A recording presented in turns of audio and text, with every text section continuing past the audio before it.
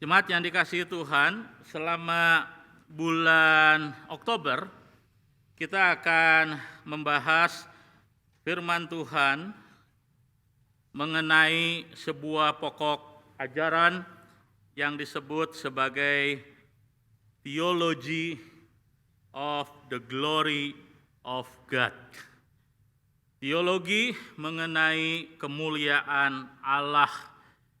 Oleh karena bulan Oktober adalah bulan reformasi, kita para hamba Tuhan dan para penatua tahun lalu memikirkan pokok teologi apa yang penting untuk disampaikan. Maka dalam pergumulan akhirnya kami sepakat bahwa di bulan reformasi ini gereja ingin mengajak, ingin mengajarkan, ingin bersama-sama dengan jemaat sekalian belajar mengenai God's glory, mengenai kemuliaan Allah. Dan minggu lalu kita bersyukur karena rekan saya penginjil Andri Gunawan sudah menyampaikan topik yang pertama mengenai God's glory and the sinful world. Dan hari ini berkenaan dengan peringatan 41 tahun ulang tahun gereja kita, saya diminta untuk menyampaikan satu topik yang kedua, yaitu created for His glory. Diciptakan untuk kemuliaan Dia, diciptakan untuk kemuliaan Allah.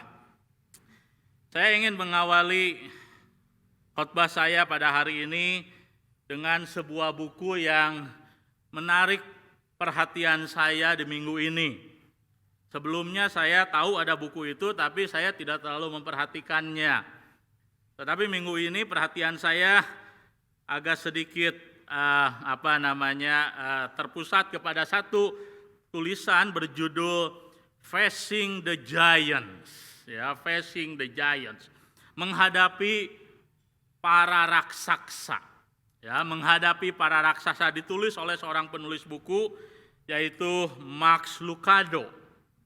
Ya, mungkin satu kali dalam Kompas Iman kita bisa bahas juga ini buku, menarik sekali. Nah, Max Lucado dia menulis sebuah buku berjudul Facing the Giants, ya, bagaimana menghadapi para raksasa. Nah, ide dari buku ini adalah bahwa penulis buku Max Lucado dia tertarik sekali memikirkan mengenai perjuangan dari seorang raja. Pada waktu itu dia belum menjadi raja, namanya Daud, berhadapan dengan seorang raksasa yang menantang orang-orang Israel, namanya Goliat. Ya, ceritanya kita tahu Daud dan Goliat. Hanya yang menarik perhatian saya adalah Max Lucado melihat bahwa ternyata di sepanjang kehidupan Daud, dia bukan hanya menghadapi satu Goliat. Goliat secara fisik dia hadapi ketika dia berhadapan dalam sebuah peperangan dan Tuhan menolong dia. Dia berhadapan dengan Goliat sang raksasa dan dengan pertolongan Tuhan sang Goliat mati di tangan dia dengan batu yang dilemparkan melalui kalau kita menyebutnya barangkali katapel zaman sekarang. Tetapi Max Lucado melihat bahwa sesungguhnya kehidupan Daud dalam perjuangannya melawan raksasa-raksasa bukan berhenti ketika dia mengalahkan Goliat. Kenapa? Karena Max Lucado mengatakan bahwa ada Goliat-Goliat yang lain dalam kehidupan Daud. Goliat-Goliat yang dia harus taklukkan, bahkan Goliat-Goliat yang pernah menaklukkan dirinya. Salah satu Goliat yang pernah menaklukkan dirinya namanya wanita, gitu ya. Nah, jadi Max Lucado melihat bahwa dalam kehidupan Daud yang luar biasa tersebut, dia harus menaklukkan raksasa, bukan raksasa secara fisik, tapi raksasa yang barangkali dalam bahasa kita bisa menyebutnya sebagai kedagingan. Nah, kedagingan memiliki berbagai bentuk, salah satunya adalah kelemahan terhadap wanita. Dan itulah yang terjadi dengan Raja Daud. Dan itulah yang kita lihat dengan peristiwa bagaimana Daud dikalahkan oleh raksasa yang bernama kedagingan, yang bernama kelemahan terhadap wanita ini, membuat Raja Daud bukan hanya jatuh ke dalam sebuah dosa, yaitu perzinahan, tetapi dosa yang membawa dia kepada pembunuhan. Maka berdasarkan refleksinya, Max Lucado menarik sekali. Dia melihat bahwa dalam kehidupan Raja Daud, begitu juga dengan kehidupan kita, ada berbagai raksasa yang harus kita hadapi, yang harus kita taklukkan dalam hidup ini. Dan Max Lucado bertanya, apa raksaksamu? Begitu, menarik sekali. Nah, maka setiap orang, dari buku ini kita belajar, Max Lucado berkata bahwa setiap orang memiliki Goliatnya sendiri. Mungkin ada di antara Anda seperti halnya Daud. Goliat, giant yang harus Anda hadapi adalah orang ketiga di dalam rumah tangga Anda. Mungkin giant Goliat yang harus dihadapi itu adalah perselingkuhan, penyelewengan. Anda ingin lepas daripada ketidaksetiaan terhadap pernikahan, tetapi gejolak perasaan untuk terikat dengan orang ketiga begitu kuat sehingga itu menjadi Goliat yang harus Anda taklukkan. Mungkin Goliat di dalam kehidupan Anda bukan wanita, kelemahan terhadap wanita atau terhadap pria. Tetapi Goliat yang harus Anda hadapi barangkali adalah hutang, kehilangan pekerjaan, tidak punya uang, krisis secara keuangan, secara finansial. Itu adalah bentuk Goliat yang lain yang barangkali kita harus hadapi. Atau barangkali untuk sebagian orang, Goliat itu bukanlah orang ketiga, bukanlah perselingkuhan, bukanlah juga keuangan, tetapi Goliat itu adalah depresi.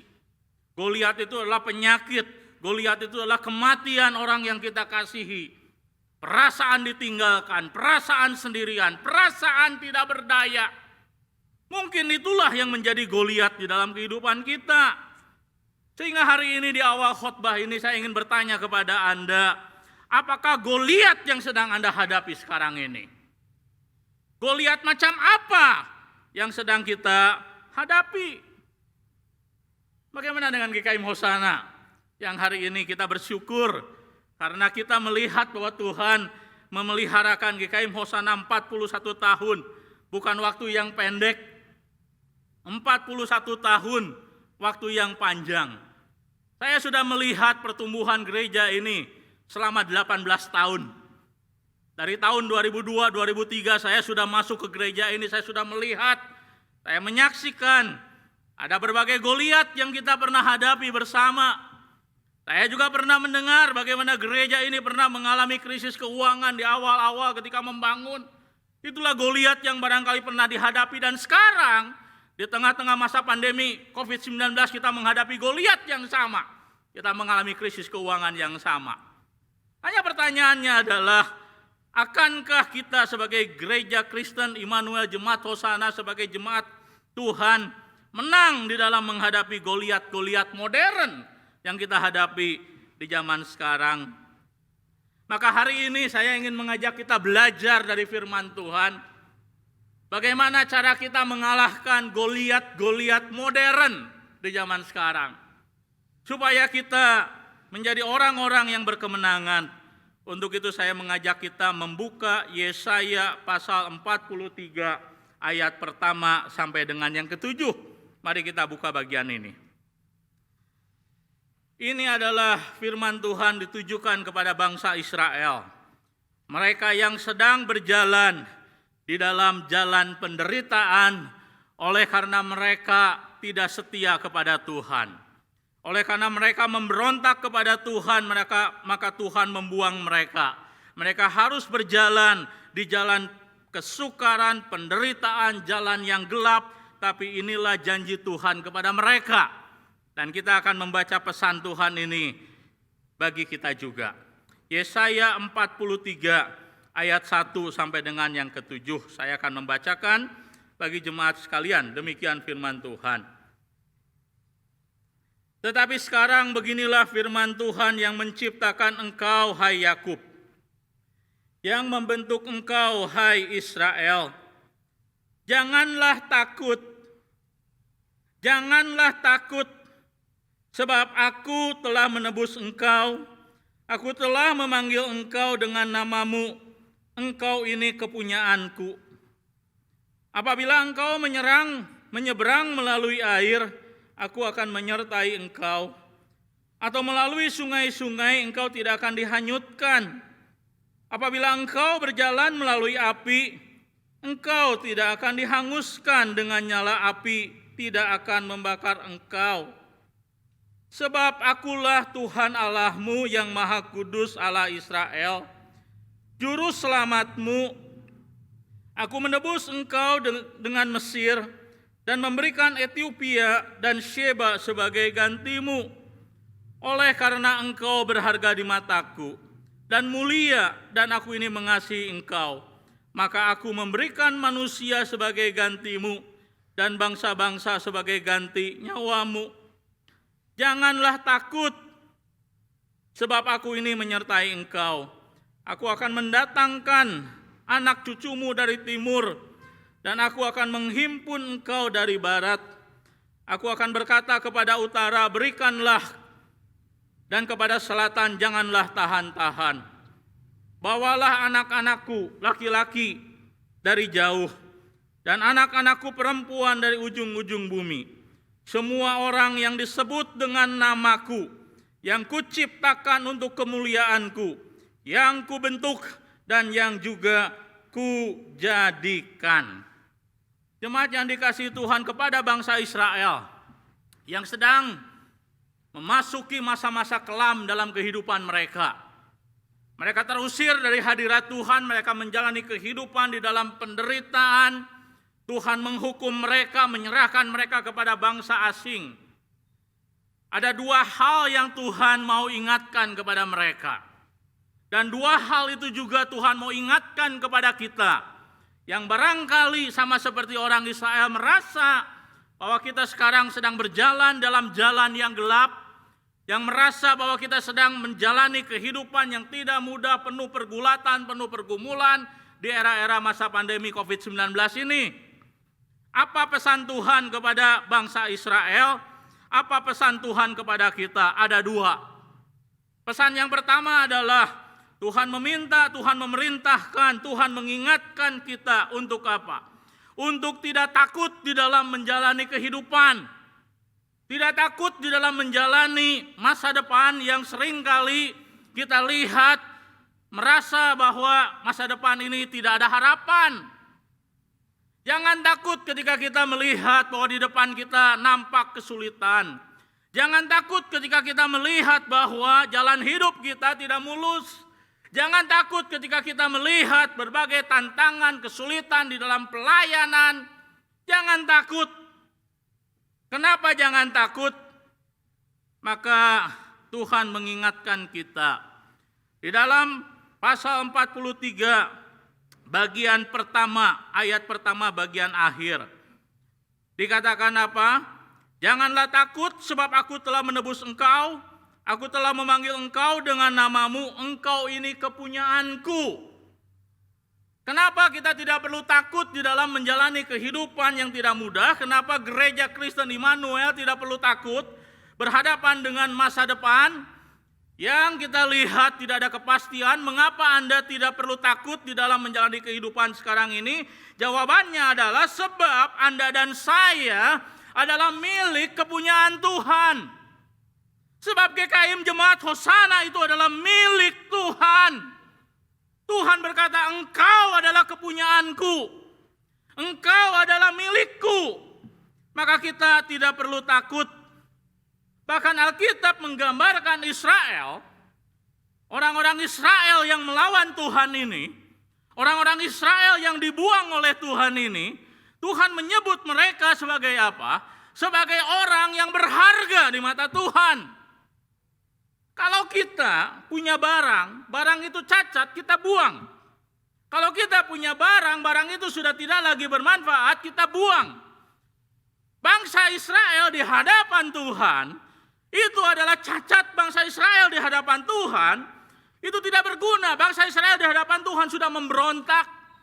Tetapi Tuhan di dalam kasih setianya, Dia tetap melihat bangsa yang jahat, yang memberontak, yang melawan Tuhan sebagai apa? Umat yang berharga.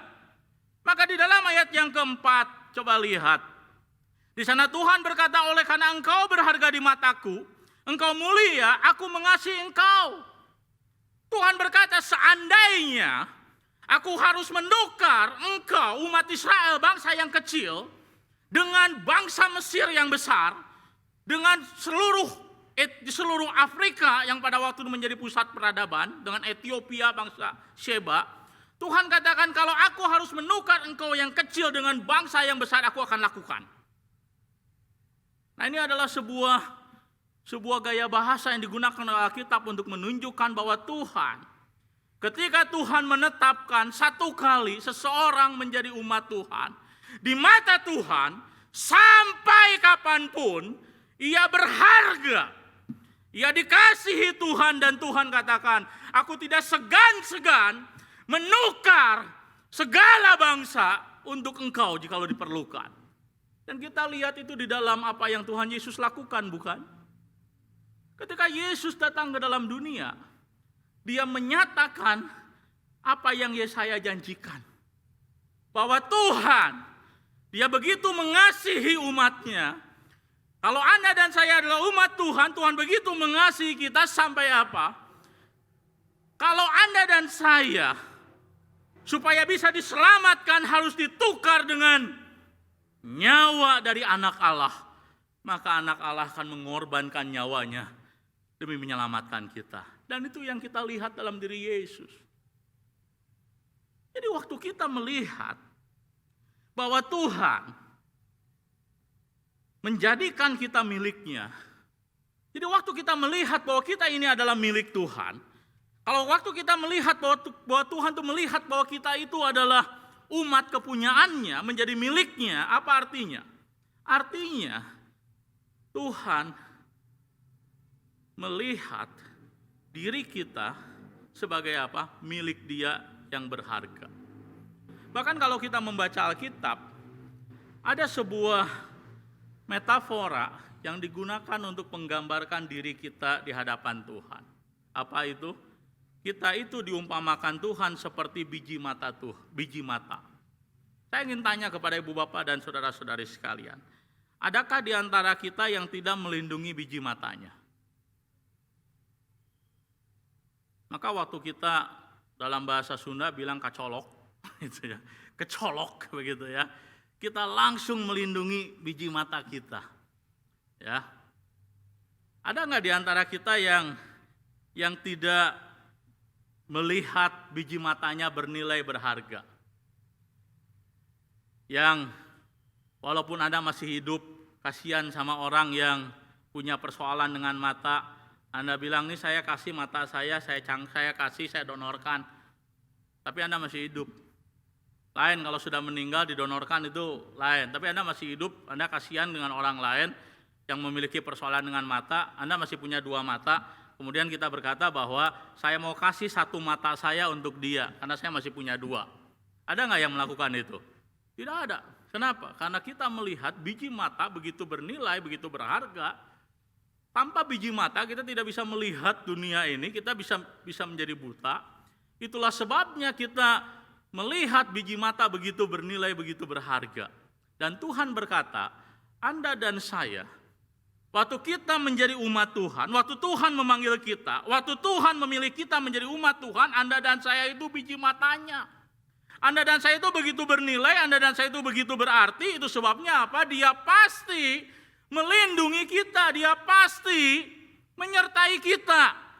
Dan itu alasan yang kedua kenapa Yesaya berkata kepada orang Israel tidak perlu takut di dalam menghadapi masa-masa hidup yang sulit yang mereka akan hadapi. Kenapa? Karena bangsa Israel, umat Tuhan, bukan hanya milik kepunyaan Tuhan, tapi Tuhan berjanji bahwa Tuhan akan menyertai mereka. Itu yang kita lihat. Itu yang kita lihat di dalam ayat yang kelima. Janganlah takut, karena sebab aku ini menyertai engkau. Memang Tuhan akan membuang mereka.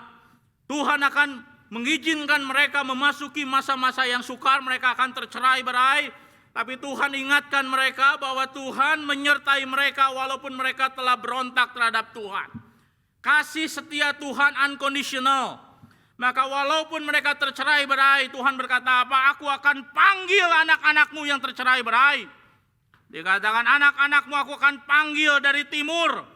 Aku akan himpunkan mereka dari barat, dari utara. Yang tercerai-berai Tuhan akan bawa kembali. Artinya apa? Kepada bangsa Israel Tuhan ingatkan.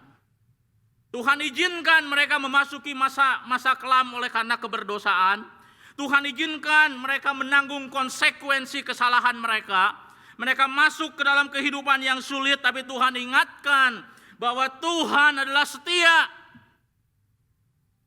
Dia sekali berjanji akan menyertai, selamanya dia akan menyertai. Maka Tuhan ingatkan mereka bahwa walaupun mereka akan tercerai-berai, walaupun mereka akan menghadapi masa-masa yang sukar, tapi mereka tidak boleh takut. Kenapa? Karena Tuhan menyertai mereka.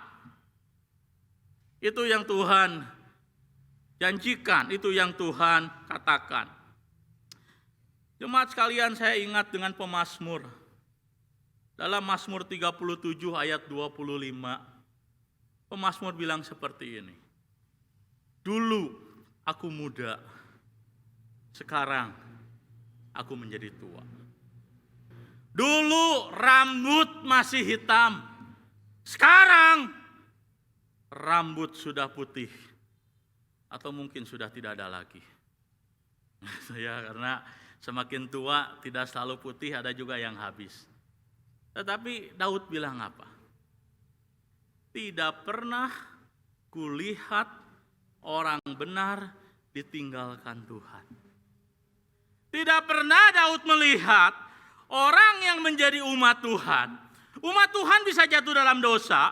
Umat Tuhan bisa mengalami masa-masa yang sulit. Umat Tuhan bisa mengalami konsekuensi dari kejatuhan. Mengalami masa-masa yang tidak mudah. Tetapi Daud melihat Tuhan tidak pernah meninggalkan umat Tuhan. Tidak pernah. Karena itu adalah janji Tuhan bagi setiap orang yang menjadi umat Tuhan. Dan itulah alasannya jemaat yang dikasihi Tuhan. Kenapa Anda dan saya tidak perlu takut di dalam menghadapi kehidupan di zaman sekarang yang kita anggap tidak menentu ini. Karena Anda adalah kepunyaan Tuhan. Karena Tuhan berjanji akan menyertai orang-orang yang menjadi umat kepunyaan Tuhan. John Wesley satu kali dia mengunjungi seorang ibu. Dia tanya kepada ibu ini, "Ibu, apakah kamu kecewa kepada Tuhan?" Kenapa John Wesley tanya kepada ibu ini, apakah kamu kecewa kepada Tuhan? Karena dalam 6 bulan, ibu ini sudah kehilangan 3 saudaranya. Dalam 6 bulan. Dalam 6 bulan 3 saudaranya meninggal. Dan dalam 1 minggu terakhir, suaminya meninggal. Maka John Wesley bertanya kepada ibu ini, "Ibu, apakah kamu kecewa kepada Tuhan?" Ibu ini tidak pernah disebutkan siapa namanya, tetapi dalam catatan John Wesley, dia mengatakan ibu ini berkata kepada John Wesley, tidak pernah sedetik pun dia kecewa kepada Tuhan. Dan itu membuat kita bertanya, kenapa ada orang yang mengalami kehilangan begitu banyak dalam kehidupannya? Kehilangan dalam 6 bulan, 3 saudara dan seorang suami. Dia berkata kepada John Wesley, tidak sedetik pun aku kecewa kepada Tuhan. Kenapa ada orang yang seperti ini? Jawabannya adalah, saya yakin orang bisa sampai tiba dalam kehidupan seperti ini karena orang tersebut menyadari. Menyadari apa? bahwa dirinya milik Tuhan. Bukan cuma dirinya milik Tuhan, segala sesuatu dalam hidup saya adalah milik Tuhan. Keluargaku adalah milik Tuhan, hartaku adalah milik Tuhan, kepunyaan yang ada dalam dunia ini milik Tuhan. Kalau Tuhan mau ambil, kalau sudah waktunya Tuhan mau ambil, itu adalah kewenangan Tuhan. Maka ibu ini, ketika apa yang berarti, bernilai, berharga dalam kehidupannya, Tuhan ambil, Tuhan izinkan hilang. Dia tidak kecewa, dia tidak marah, dia tidak benci. Tetapi dia berkata, tidak sedikit pun aku kecewa. Kenapa? Karena dia tahu segala sesuatu yang dia miliki dalam kehidupan adalah milik Tuhan. Maka jemaat yang dikasihi Tuhan, kalau Anda dan saya, Anda hidup dalam dunia ini. Anda dan saya hidup dalam dunia ini dengan sebuah kesadaran. Anda menjalani kehidupan ini dengan sebuah pemahaman. Segala sesuatu yang saya miliki adalah milik Tuhan. Segala sesuatu yang saya punyai adalah milik Tuhan. Keluarga saya milik Tuhan. Rumah saya milik Tuhan. Uang saya milik Tuhan. Rumah saya milik Tuhan. Aset-aset saya milik Tuhan. Kalau Tuhan izinkan saya memiliki semuanya itu, saya bersyukur dipercayakan oleh Tuhan. Tapi kalau Tuhan izinkan semua yang saya miliki, kepintaran yang saya punya, harta yang saya miliki, Tuhan izinkan hilang dalam kehidupan saya, maka saya akan berkata, terpujilah Tuhan. Kenapa? Bukan karena dia gila, tapi karena dia menyadari segala sesuatu adalah milik Tuhan. Saya ingin mengajak kita membuka satu bagian firman Tuhan yang sangat penting, yang menjadi pengakuan iman paling mendasar dari seorang Kristen. 1 Korintus pasal yang ke-8. 1 Korintus pasal yang ke-8 ayat yang ke-6. Di sana Rasul Paulus berkata kepada kita, namun bagi kita hanya ada satu Allah saja, yaitu Bapa yang daripadanya segala sesuatu dan yang untuk Dia kita hidup, dan satu Tuhan saja, yaitu Yesus Kristus yang olehnya segala sesuatu telah dijadikan dan yang karena Dia kita hidup. Ayat yang pendek ini menyiratkan sebuah ajaran yang sangat penting.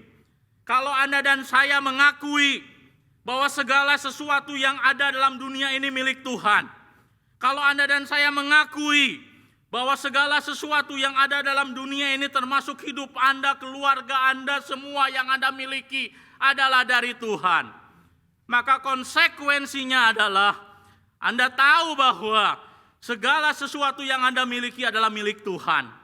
Dan karena segala sesuatu yang kita miliki adalah milik Tuhan, maka kita tidak lagi hidup untuk segala sesuatu yang kita miliki, tapi kita hidup untuk Tuhan. Persoalan daripada orang-orang Kristen adalah kita hidup untuk segala sesuatu yang kita inginkan. Padahal segala sesuatu yang ada dalam dunia ini itu adalah milik Tuhan. Tuhan bisa percayakan itu kepada kita, dan Tuhan bisa ambil itu kapan saja dari kita.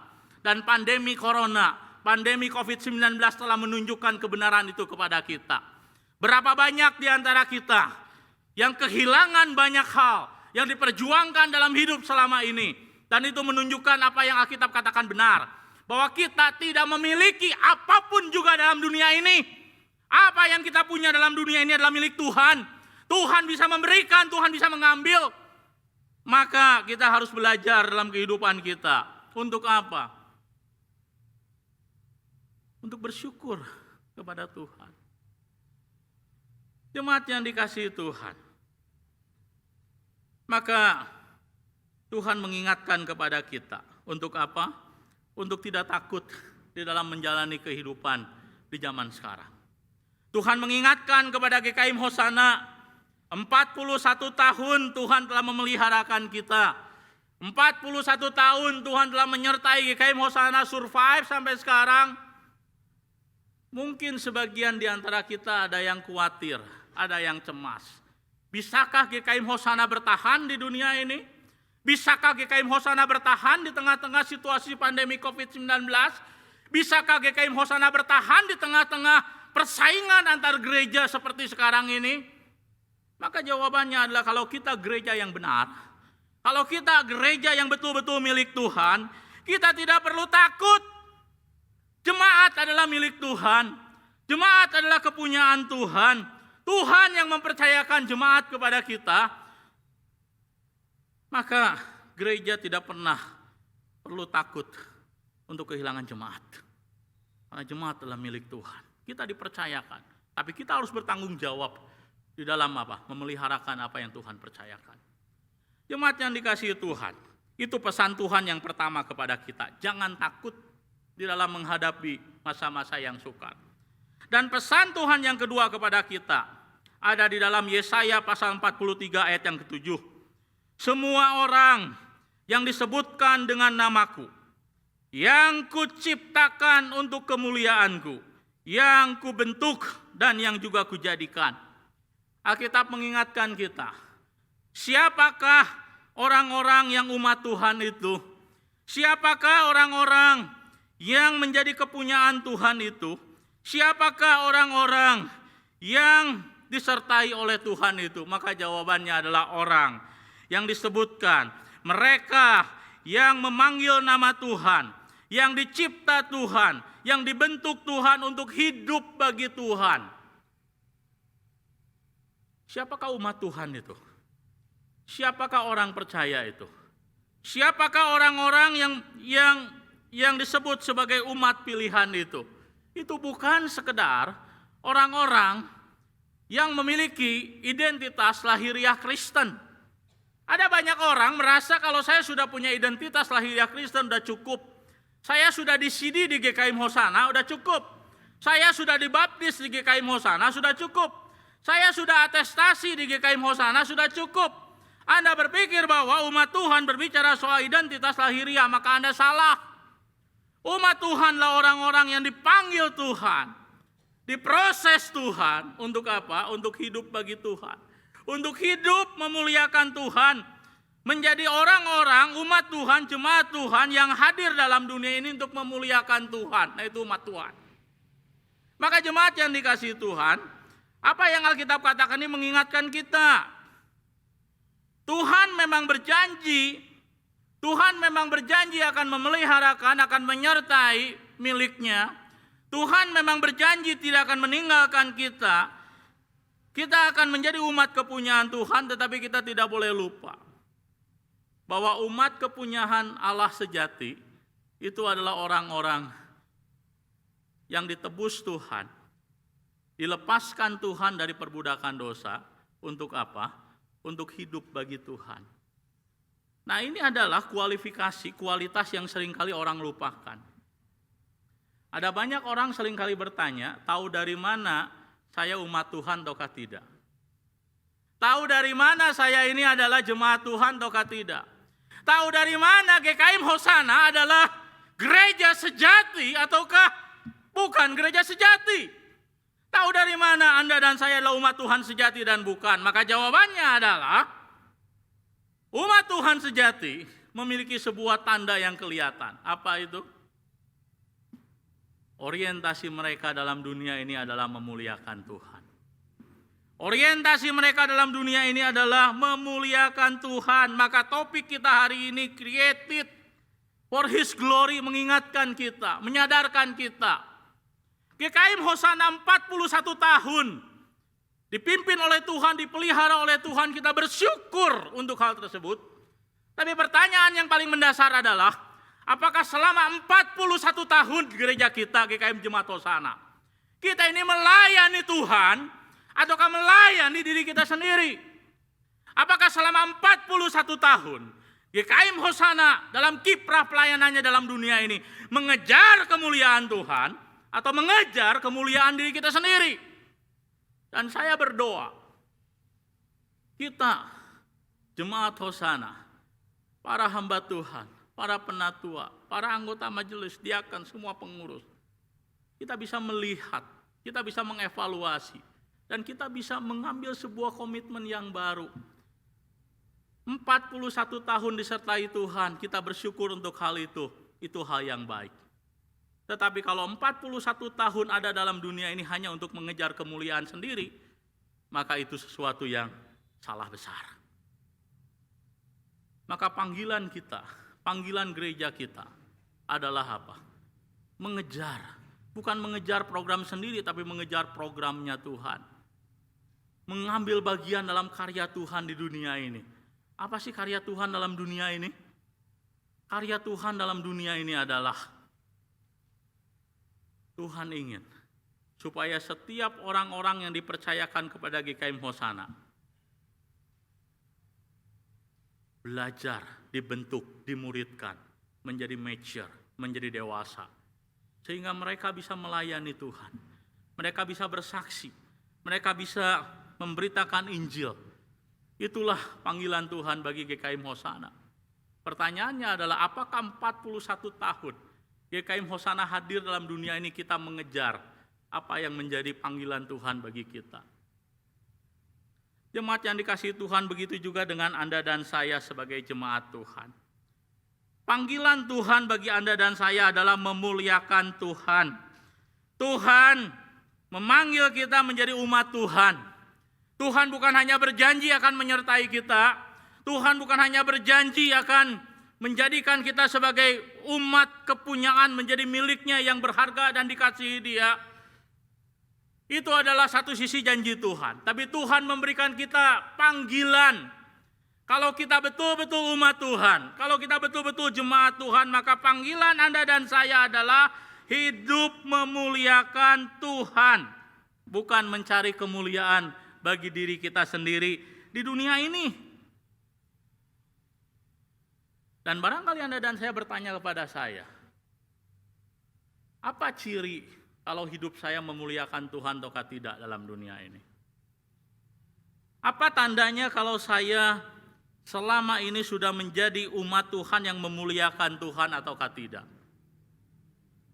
Yang pasti, kalau Anda dan saya adalah orang Kristen yang tidak pernah puas, Anda tidak mungkin menjadi orang Kristen yang mempermuliakan Tuhan.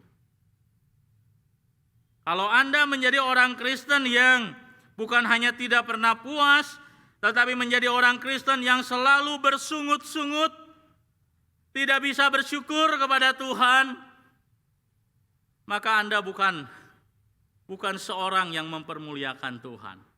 Dalam Alkitab kita tahu, bangsa Israel 40 tahun di padang belantara, dihajar Tuhan habis-habisan.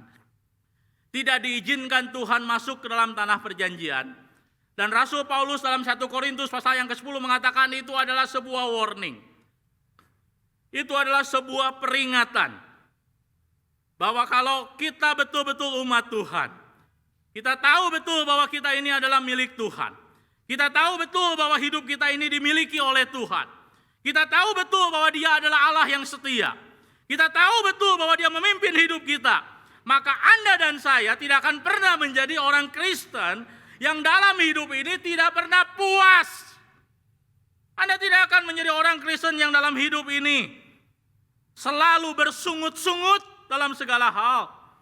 Tidak bisa bersyukur kepada Tuhan atas apa yang Tuhan telah kerjakan. Apakah alasannya kenapa ada orang-orang tertentu dalam kehidupannya tidak bisa bersyukur? Kenapa ada orang-orang tertentu dalam kehidupannya tidak pernah bisa puas? Kenapa ada orang-orang tertentu dalam kehidupannya selalu bersungut-sungut? Jawabannya adalah karena orang tersebut orientasi hidupnya adalah dirinya sendiri. Selama hidup Anda dan saya orientasinya diri kita sendiri, kenyamanan hidup. Orientasi hidup kita adalah diri kita sendiri, ambisi kita, diri kita, maka yang terjadi adalah apa? Kita tidak pernah puas. Selalu bersungut-sungut karena keadaan tidak pernah sesuai dengan apa yang kita inginkan. Dan tidak bisa bersyukur. Maka kalau Anda dan saya mengatakan bahwa saya umat kepunyaan Tuhan, kalau Anda dan saya berkata bahwa saya adalah umat Tuhan, tetapi dalam kehidupan ini Anda tidak bisa bersyukur kepada Tuhan, Anda tidak bisa bersyukur kepada Tuhan atas apa yang Tuhan izinkan terjadi dalam kehidupan Anda dan saya, maka Anda dan saya bukan orang yang mempermuliakan Tuhan.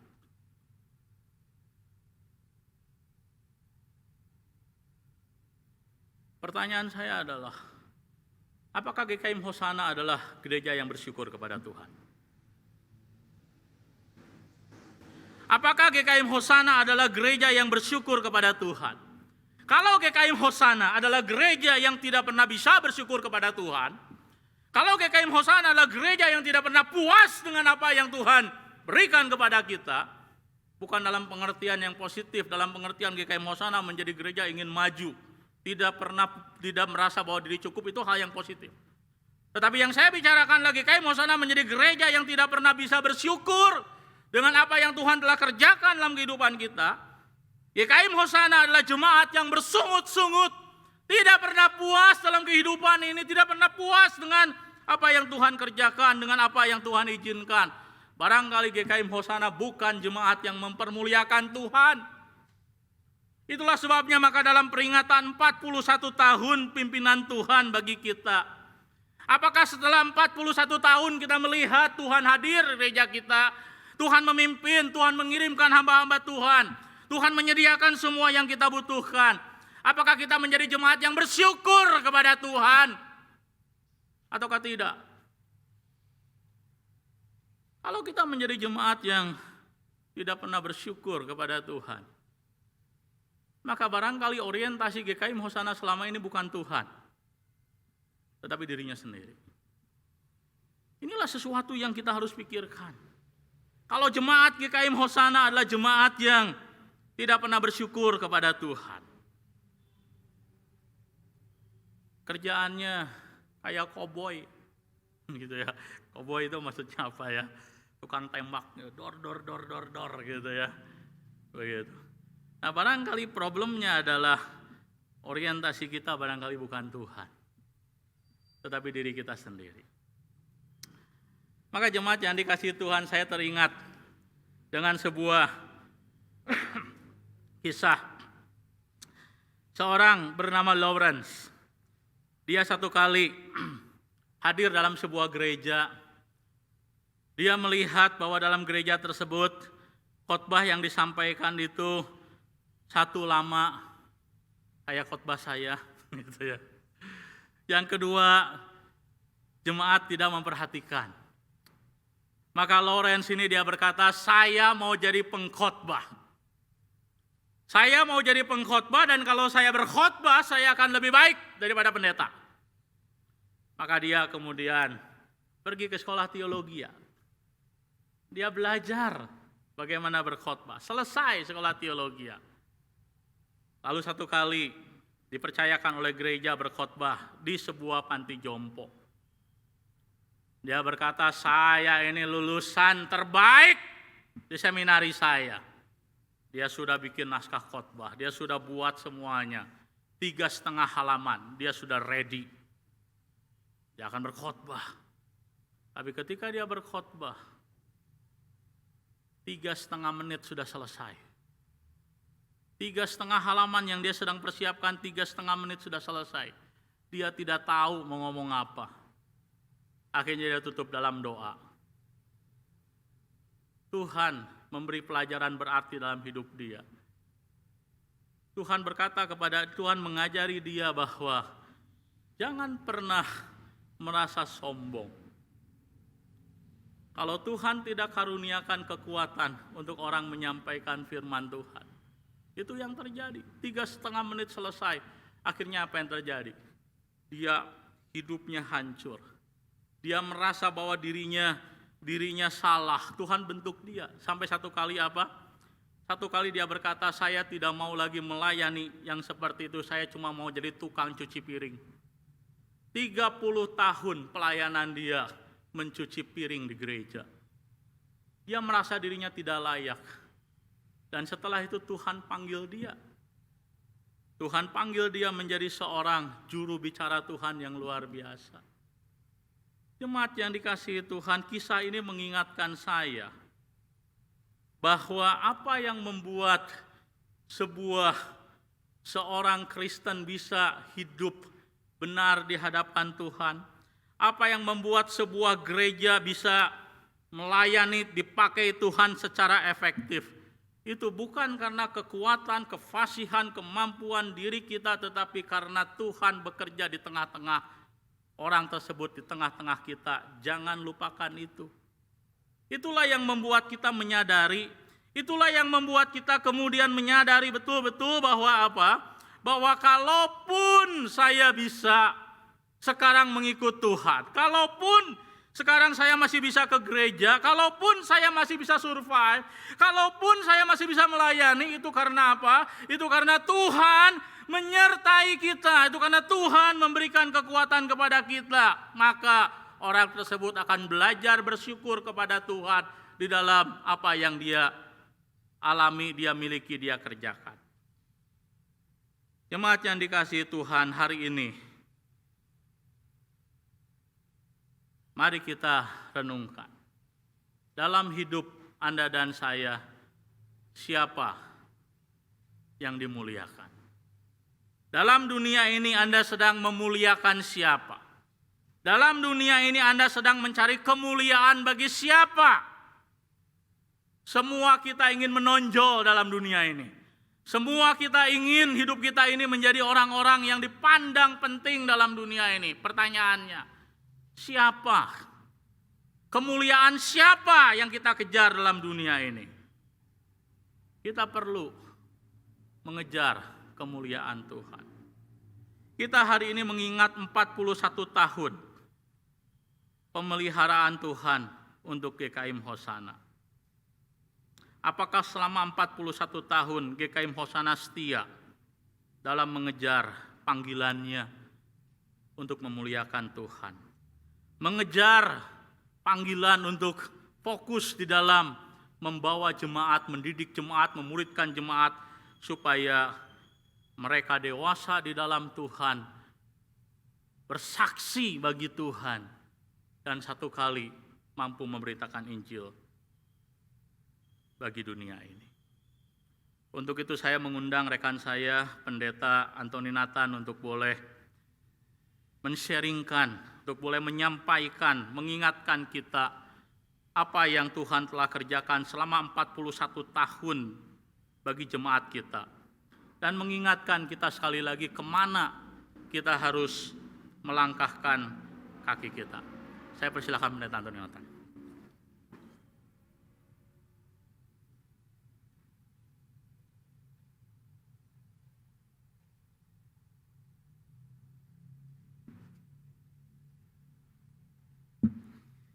Jemaat sekalian yang dikasihi Tuhan, sebetulnya hari ini yang lebih layak untuk menyampaikan sejarah singkat GKIM Hosana adalah Bapak Penatua Herlan Hermawan, atau kalau tidak Ibu Pendeta Chai Sukwei. Namun karena usia dan juga karena pembatasan protokol kesehatan, maka rekan-rekan hamba Tuhan mempercayakan kepada saya untuk menyampaikan sejarah singkat, dan saya akan membacakan betul-betul singkat ya.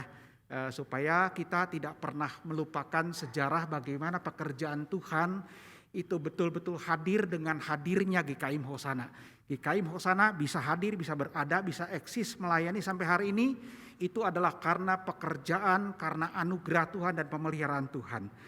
Saudara-saudaraku jemaat yang dikasihi Tuhan, GKIM Hosana itu berdiri tepatnya pada tanggal 7 Oktober tahun 1979, yang mana dirintis oleh 5 orang pelayan Tuhan, yang terdiri dari 5 orang itu yang kita kenal sebagai 5 roti dan 2 ikan. Saudara kalau melihat gedung GKIM Hosana di bagian luar, bagian atas itu ada simbolnya 5 roti dan 2 ikan yang memang dipakai oleh Tuhan untuk menjadi berkat bagi banyak orang. 5 roti dan 2 ikan itu terdiri dari 2 orang hamba Tuhan, seorang pendeta yaitu Bapak Pendeta Samuel Suwandi dengan istrinya Ibu Evangelis Lili Suwandi ya. Kemudian melibatkan 5 orang pelayan Tuhan dari jemaat awam, yang mana jemaat itu yang masih ada sekarang menjadi saksi hidup dan juga terlibat di dalam perintisan jemaat adalah Bapak Penatua Herlan Hermawan, yang tadi saya katakan beliau sebetulnya lebih pantas ya. Nah, berdiri sebagai sebuah gereja cabang, awalnya tanggal 7 Oktober tahun 1979 itu berdiri sebagai sebuah cabang, gereja cabang dari GKIM Tong Bandung. Kemudian gereja cabang ini didewasakan tepat pada tanggal 7 Oktober tahun 1983 ya. Dengan berdirinya Sinode Gereja Kristen Immanuel, maka kemudian GKIM cabang Bina Bakti didewasakan menjadi GKIM Bina Bakti. Jadi awalnya GKIM Hosana itu saudara, namanya bukan GKIM Hosana tetapi GKIM Bina Bakti atau awalnya GKIM cabang Bina Bakti. Kenapa demikian namanya ada Bina Bakti? Karena memang dari awal pendiriannya selama 10 tahun bergereja dan melayani Tuhan, itu menempati dan meminjam tempat aula sekolah Kristen Bina Bakti di Jalan Bima nomor 9, maka namanya GKIM Bina Bakti ya. Kemudian jemaat yang beribadah selama dalam perkembangannya 10 tahun itu sekitar sampai pada sebelum pindah itu sekitar 200 orang Saudara. 200 orang terdiri dari 2 kali kebaktian. Nah, kebanyakan 200 orang tersebut Saudara terdiri dari siswa dari sekolah Kristen Bina Bakti. Ataupun kalau ada yang setelah selesai lulus dari Bina Bakti, mereka kemudian melanjutkan studi di perguruan tinggi, mahasiswa kemudian bergabung di sana. Ya. Kemudian saudara, dengan anugerah Tuhan, dari jemaat yang hanya 200 orang, terdiri dari siswa sekolah yang tidak mungkin dari segi keuangan finansial bisa memiliki sebuah gedung gereja yang seperti ditempati sekarang, megah di sini cukup besar, harganya cukup mahal dan sebagainya, itu bisa dimiliki. Tetapi anugerah Tuhan luar biasa, menyertai, menyediakan segala sesuatu yang prosesnya saudara bisa membaca di dalam ringkasan sejarah gereja di dalam buku waktu peringatan 40 tahun GKIM Hosana ya. Bagaimana sejarah Tuhan menyediakan fasilitas untuk GKIM Hosana bergereja dan yang tadinya GKIM Bina Bakti. Satu peristiwa yang sangat dramatis dan mengharukan. Di sana kita bisa melihat bagaimana Tuhan itu memelihara dan memakai. Kemudian saudara, setelah pindah ke Jalan Dr. Jujunan nomor 141 Bandung pada tanggal 7 Oktober 1989, maka GKIM Hosana diresmikan dan berganti nama menjadi Gereja Kristen Immanuel Hosana. Dari GKIM Bina Bakti menjadi GKIM Hosana. Ya, saya teringat sekali saudara pada waktu peresmian tersebut yang berkhotbah adalah pendeta perintis Bapak Pendeta Samuel Suwandi. Beliau saya ingat sekali dalam khotbahnya mengatakan, Tuhan telah melakukan bagi GKIM Hosana apa yang menurut kata orang itu impossible menjadi possible, yang tidak mungkin menjadi mungkin. Ya, bagaimana jemaat yang terdiri dari siswa sekolah bisa memiliki sebuah gedung gereja yang seperti ini. Nah, saudara, sejak kepindahannya ke gedung ini yang berubah namanya menjadi GKIM Hosana, maka kemudian Tuhan yang telah memulai pekerjaan Tuhan itu setia memakai, setia memelihara sehingga sampai hari ini GKIM Hosana bisa tetap eksis. Tentu mengalami dinamika pelayanan saudara, ya, naik turun jumlah jemaat. Memang pernah satu kali dalam puncak pelayanannya GKIM Hosana ketika membuka kebaktian umum yang ketiga, karena KU1 dan KU2 kapasitasnya sudah cukup maksimal, maka saya teringat sekali saudara, karena saya pendeta yang berasal dari jemaat GKIM Hosana, pendeta pertama yang dipendetakan, saya ingat sekali saudara, 3 kali kebaktian jumlah jemaat sampai mencapai 1.100 orang, luar biasa saudara. Tapi kemudian terjadi naik turun. Nah, di tengah pandemi COVID ini pun kita harus bersyukur saudara. Saya sempat ya sebagai anggota jemaat yang melayani tempat ini, sempat khawatir dengan pandemi COVID ini bisa-bisa jumlah jemaat GKIM Hosana itu semakin merosot, semakin menurun, bahkan mungkin eksistensi GKIM Hosana bisa berhenti. Tetapi puji Tuhan, Tuhan ternyata memelihara sedemikian rupa. Ya, sekalipun pada satu kali gereja pernah berhenti, tapi ada ibadah online masih jalan, bahkan punya channel YouTube.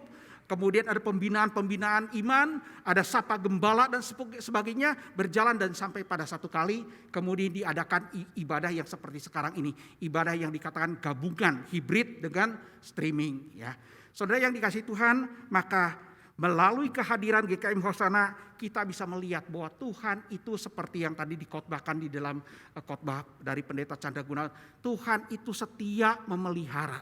Maka kita sebagai anggota jemaat dari GKIM Hosana jangan takut menghadapi kesulitan apapun. Dan kita dipanggil oleh Tuhan Tuhan mendirikan gereja ini, jangan lupa panggilannya, yaitu untuk menjadi alat di mana kita bisa mempermuliakan nama Tuhan. Soli Deo Gloria, terpujilah nama Tuhan. Mari kita berdoa.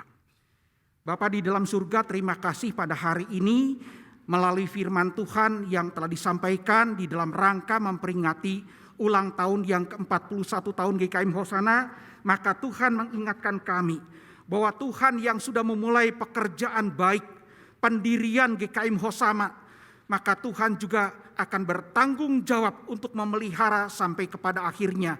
Maka kami belajar sebagai jemaat GKM Hosana untuk tidak khawatir dan tidak takut dengan segala kesulitan apapun. Dan melalui firman Tuhan dan juga melalui sebuah realitas yang sangat nyata, maka Tuhan menghendaki supaya kami kembali kepada fokus kami dalam panggilan pelayanan kami, yaitu mempermuliakan nama Tuhan.